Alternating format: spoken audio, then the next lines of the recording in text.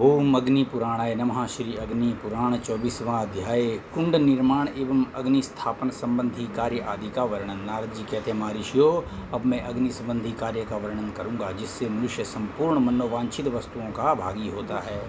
24 अंगुल की चौकोर भूमि को सूत से नापकर चिन्ह बना दें, फिर उस क्षेत्र को सब ओर से बराबर खोदें।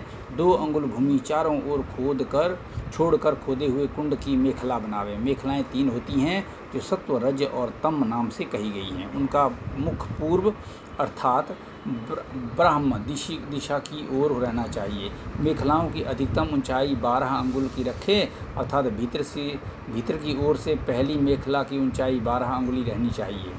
इसके बाह्य भाग में दूसरी मेखला की ऊंचाई 8 अंगुल की और उसके भी बाह्य भाग में तीसरी मेखला की ऊंचाई 4 अंगुल की रहनी चाहिए। इसकी चौड़ाई क्रमशः 8, 2 और 4 अंगुल की होती है। योनि सुंदर बनाई जाए, उसकी लंबाई 10 अंगुल की हो। वह आगे की ओर क्रमशः 4 और 2 अंगुल ऊंची रहे,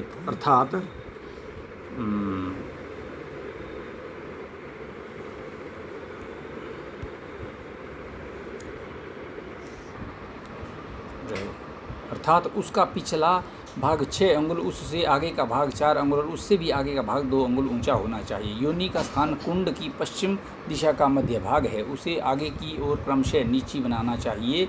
उसकी आकृति पीपल के पत्ते की सी होनी चाहिए। उसका कुछ भाग कुंड में प्रविष्ट रहना चाहिए।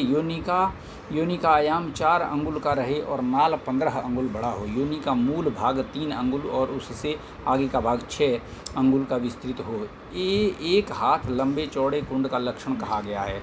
2 हाथ या 3 हाथ के कुंड में नियमानुसार सब वस्तुएं तदनुरूप द्विगुण या त्रिगुण बढ़ जाएंगी।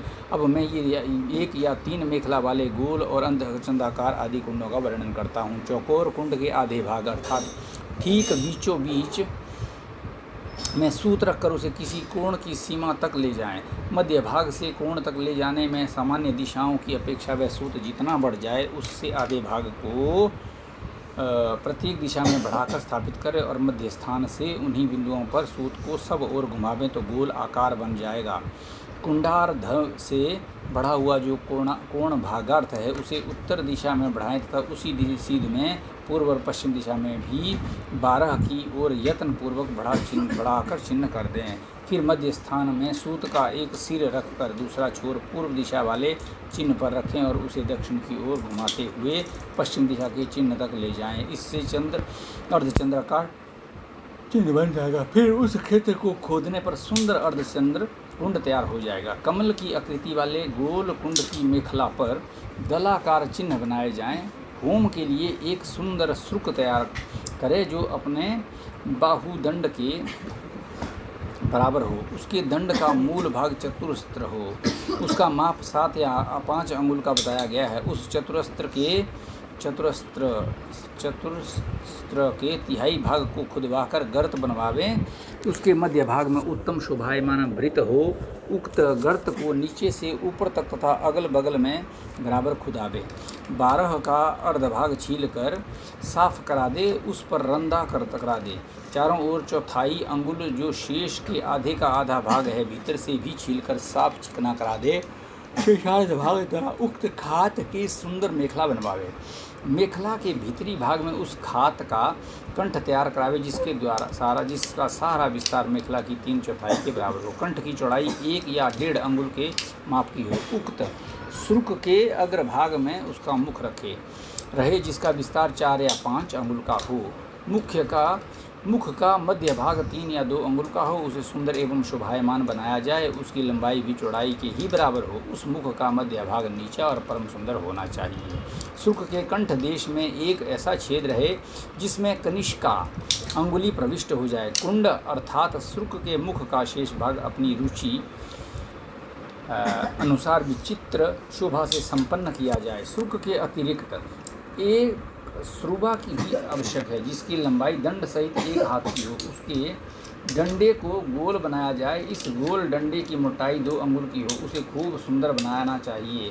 श्रुबा का मुख्य भाग कैसा हो ये बताया जाता। थोड़ी सी कीचड़ में गाय अथवा बछड़े के पैर पड़ने पर जैसा पद चिन्ह उभर आता है, ठीक वैसे ही श्रुबा का मुख्य भाग सुबह का मुख बनाया जाए, अर्थात उस मुख का मध्य भाग 2 भागों में विभक्त रहे। उपर्युक्त अग्निकुंड को गोबर से लीप कर उसके भीतर की भूमि पर बीच में 1 अंगुल मोटी एक रेखा खींचें जो दक्षिण से उत्तर की ओर गई हो।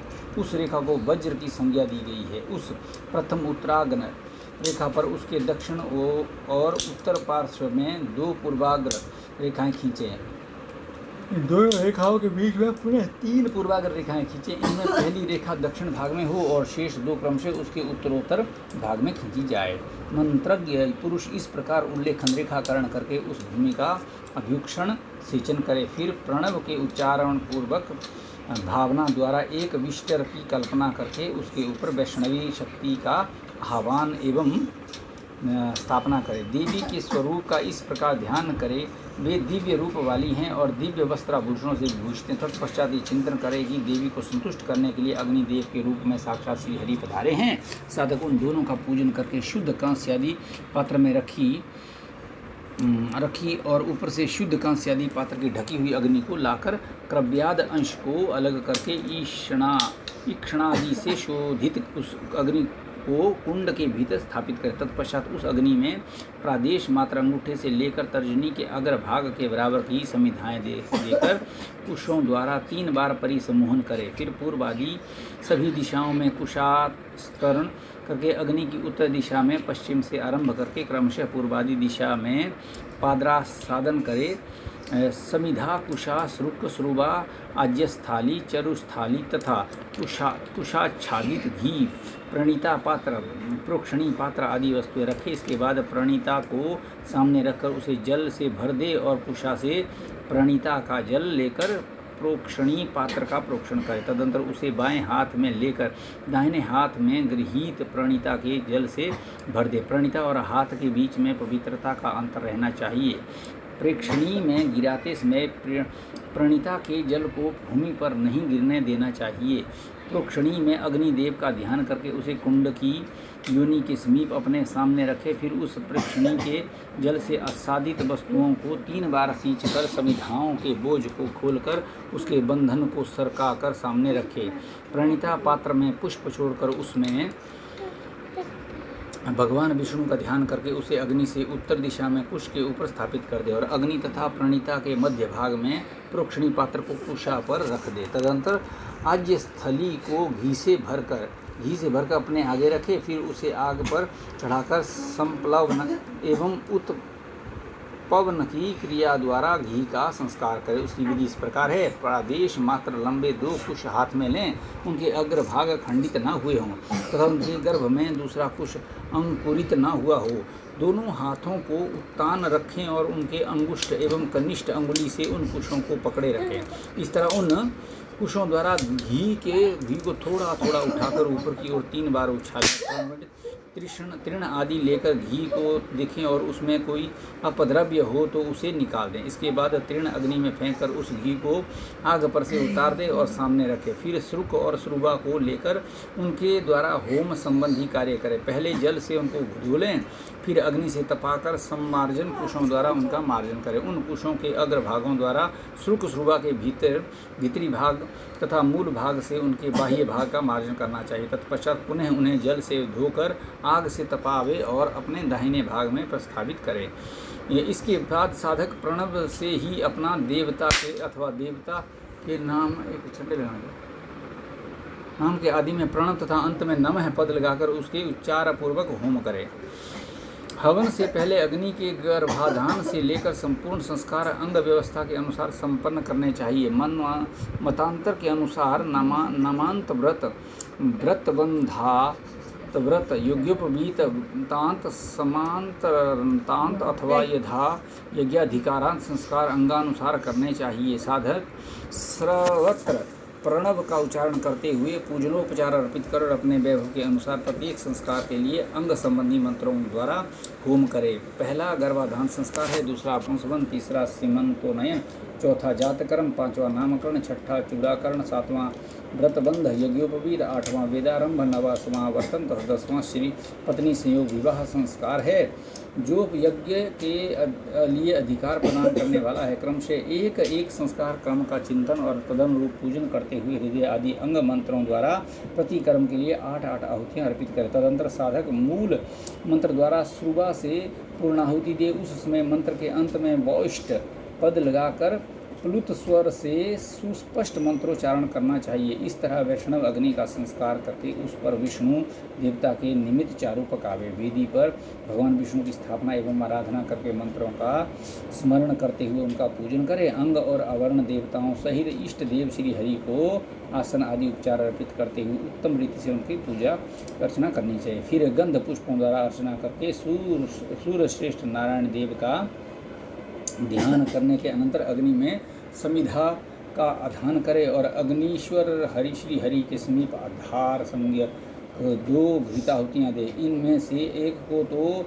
वायव्य कोण में दें और दूसरी को नैऋत्य कोण में। यही इनके लिए क्रम है। तत्पश्चात आज्य भाग नामक 2 आहुतियाँ क्रम से दक्षिण और उत्तर दिशा में दें और उनमें अग्निदेव के दाएं बाएं नेत्र की भावना करें। शेष सब आहुतियों को इन्हीं के बीच में मंत्रोच्चार पूर्वक देना चाहिए। जिस क्रम से देवताओं की पूजा की गई हो उसी क्रम से उनके लिए आहुति देने का विधान है। घी से इष्ट देव की मूर्ति को तृप्त करें। इष्ट देव संबंधी हवन संख्या की अपेक्षा दशांश से अंग देवताओं के लिए होम करें। घृत आदि से समिधाओं से अथवा घृताक्त तिलों से सदा यजनीय देवताओं के लिए 1 सहस्र या 1 शत आहुतियाँ देनी चाहिए। इस प्रकार होमांत पूजन समाप्त करके स्नान आदि से शुद्धि हुए शिष्यों को गुरु बुलाकर अपने आगे बिठावे। वे सभी शिष्य उपवास व्रत किए हों उनमें पाशबद्ध पशु की भावना करके उनका प्रोक्षण करें। तदंतर उन सब शिष्यों को भावना द्वारा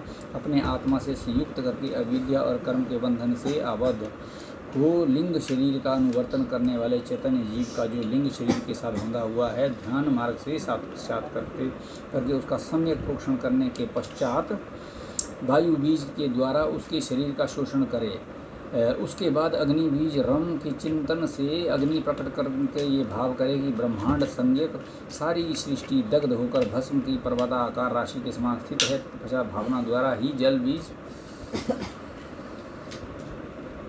वम के चिंतन से अपार जल राशि प्रकट करके उस भस्म राशि को बहा दे और संसार अब वाणी मात्र में ही शेष रह गया ऐसा स्मरण कर। तदंतर वहाँ लम बीज स्वरूपा भगवान की पार्थिवी की शक्ति का न्यास करे। फिर ध्यान द्वारा देखे कि समस्त तन मात्राओं से आवृत शुद्ध पार्थिव तत्व विराजमान है। उससे एक अंड प्रकट हुआ है जो उसी के आधार पर स्थित है और वही उसका उपादान भी है। उस अंड के भीतर प्रणव स्वरूप मूर्ति का चिंतन करें। तदंतर अपने आत्मा में स्थित पूर्व संस्कृत लिंग शरीर का उस पुरुष में संक्रमण करावे। अर्थात ये भावना करे कि वह पुरुष लिंग शरीर से युक्त है। उसके उस शरीर में सभी इंद्रियों के आकार पृथक पृथक अभिव्यक्त हैं तथा वह पुरुष क्रम से बढ़ता और पुष्ट होता जा रहा है। फिर ध्यान में देखें कि पिंड 1 वर्ष तक बढ़कर और पुष्ट होकर फूट गया है। उसके 2 टुकड़े हो गए। उसमें ऊपर वाला टुकड़ा द्विलोक है और नीचे वाला भूलोक। इन दोनों के बीच में प्रजापति पुरुष का प्रादुर्भाव हुआ है। इस प्रकार वहाँ उत्पन्न हुए प्रजापति का ध्यान करके पुनः प्रणव से उन शिशु रूप प्रजापति का प्रोक्षण करें। फिर यथास्थान पूर्वक न्यास करके उनके शरीर को मंत्रमय बना दें। उनके ऊपर विष्णु हस्त रखे और उन्हें वैष्णव माने। इस तरह एक अथवा बहुत से लोगों के जन्म का ध्यान द्वारा प्रत्यक्ष करे। शिष्यों के भी नूतन दिव्य जन्म की भावना करे। तदंतर मूल मंत्र से शिष्यों के दोनों हाथ पकड़कर मंत्रोपदेष्टा गुरु नेत्र मंत्र वष्ट के उच्चार पूर्वक नूतन एवं छिद्र रहित वस्त्र से उनके नेत्रों को बांध दे। फिर देवादिदेव भगवान की यथोचित पूजा संपन्न करके तत्वज्ञ आचार्य हाथ में पुष्पांजलि धारण करने वाले उन शिष्यों को अपने पास पूर्वाभिमुख बिठावे। इस प्रकार गुरु द्वारा दिव्य नूतन जन्म पाकर वे शिष्य भी श्री हरि को पुष्पांजलि अर्पित करके पुष्प आदि उपचारों से उनका पूजन करें। तदनंतर पुनः वासुदेव की अर्चना करके वे गुरु के चरणों का पूजन करें। दक्षिणा रूप में उन्हें अपना सरस्वत अथवा आदि संपत्ति समर्पित कर दे। उसके बाद गुरु शिष्यों की आवश्यक शिक्षा दें और वे शिष्य नाम मंत्रों द्वारा श्री हरि का पूजन करें। फिर मंडल में विराजमान शंख चक्र गदा धारण करने वाले भगवान विश्वक्सेन का यजन करें, जो द्वारपाल के रूप में अपनी तर्जनी अंगुली से लोगों को तर्जना देते हुए अनुचित क्रिया से रोक रहे हैं। इसके बाद श्री हरि की प्रतिमा का विसर्जन करें। भगवान विष्णु का सारा निर्माल्य विश्वक्सेन को अर्पित कर दे। तदंतर प्रणीता के जल से अपना और अग्नि कुंड का अभिषेक करके वहाँ के अग्नि देव को अपने आत्मा में लीन कर ले। इसके पश्चात विश्वक्सेन का विसर्जन करे। ऐसा करने से भोग की इच्छा रखने वाला साधक संपूर्ण मनोवांछित वस्तु को पा लेता है और मुमुक्षु पुरुष श्री हरि में विलीन होता है, सायुज्य मोक्ष प्राप्त कर लेता है। इसी प्रकार आदि अग्नेय महापुराण के कुंड निर्माण और अग्नि स्थापना संबंधी कार्य आदि का वर्णन विषयक 24वां अध्याय पूरा हुआ। ओम अग्नि पुराणाय नमः।